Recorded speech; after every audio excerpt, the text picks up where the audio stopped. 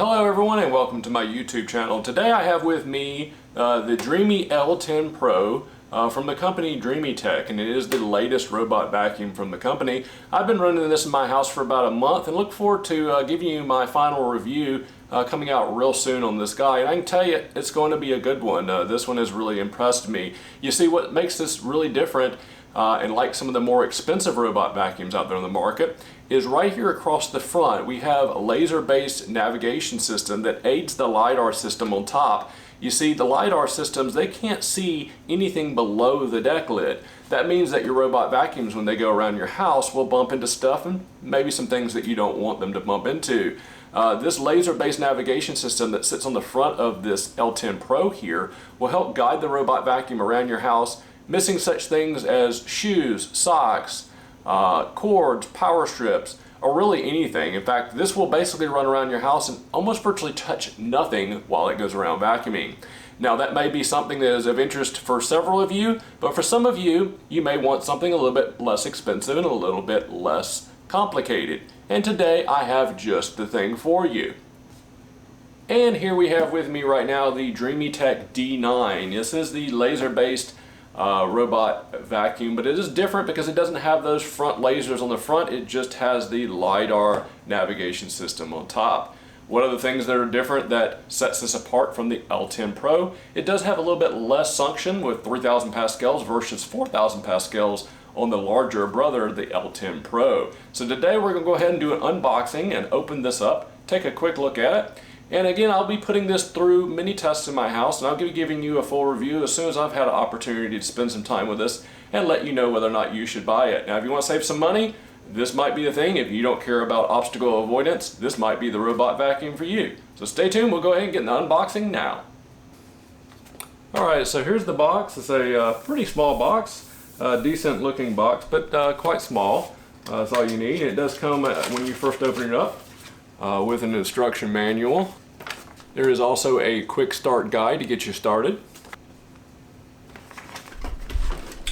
And here is the robot vacuum. Now this one is white instead of black. I don't believe you can get it in black. I believe white is the only color for the D9. I can tell you right off the bat, it is a fairly attractive robot vacuum. It does have a little bit of a gray strip here across the top. It does look very much so like the big brother, the L10 Pro, though. Across the top we have a spot cleaning mode, a power button, and a home button. So all the controls that you really need right here on the top, in addition to your smartphone app. Here is your laser-based navigation system right here. It does have a clickable sensor just like the L10 Pro, and what that means is as this robot vacuum were to go under something, say a couch or a table, and bump into something, it is going to basically make the robot vacuum reverse to keep from damaging your laser-based navigation system here. But unlike the big brother, the L10 Pro, this does not have a front laser system. Now you may see this window right here and wonder what that is. That just helps guide the robot vacuum back to its dock. And so that's fairly typical on a lot of the robot vacuums. You will see that sensor up there, in addition to a sensor on the side. This is your wall sensor, so the robot vacuum will glide across the floor against the wall right here. And this is a sensor that tells the robot vacuum how far it is from the wall, so that it doesn't get too far from the wall, but doesn't get too close as well. So we'll go ahead and open up the lid here and let you take a look. I can tell you this looks very similar to the big brother, the L10 Pro. Right here in the front of it, we have a crevice tool. This is a large for the industry, 570 milliliter dustbin. It looks identical to the one on the L10 Pro. I can tell you I like this dustbin design a whole lot. Specifically, the fact that it's large, it's unobstructed, and I really like the filter system on it. You see, it has a filter on it that is removable and washable, but it also has a mesh screen in it. What that does is it keeps the filter from getting so clogged up. You can just brush the debris off of your mesh filter a lot easier than you can cleaning it off of this. I really like the design and have enjoyed it with the L10 Pro.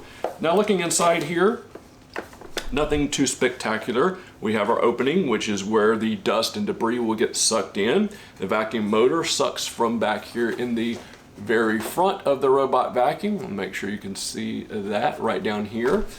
And so the motor must be right here in the front. Okay, let's go ahead and put the dustbin back in now.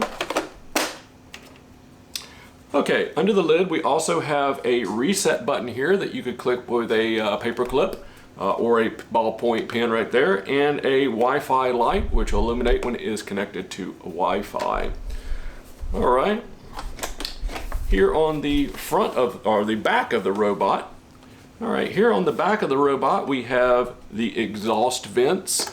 I'll let you see that, and that is also where the speaker is, where the robot vacuum will tell you what's going on with it. Flipping it over on the bottom now, we will have to get the side brush out here in just a second. Take a look at that. This looks just like the big brother, the L10 Pro. We have the charging contacts here. It looks like we have 2, 4, 6 cliff sensors.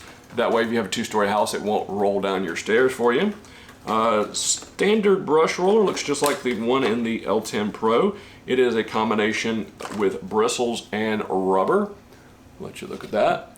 And I imagine just like with the L10 Pro, although this is a little bit different color, let's see if the ends are removable. No, they're not. So on the L10 Pro, yeah, these are not removable. On the L10 Pro, the ends are removable, and that is a fairly big upgrade. Now, I imagine that the brush rollers are interchangeable, so you could probably swap them out. But that is a nice thing on the L10 Pro. The fact that it does have removable ends, it makes getting tangles of hair off of the brush roller a whole lot easier. So there is one thing right there. Your standard wheels that have a lot of travel on them. And this is your contact sensors for telling the robot vacuum right here whether or not you have the mop attachment on, which we will show you in just a second.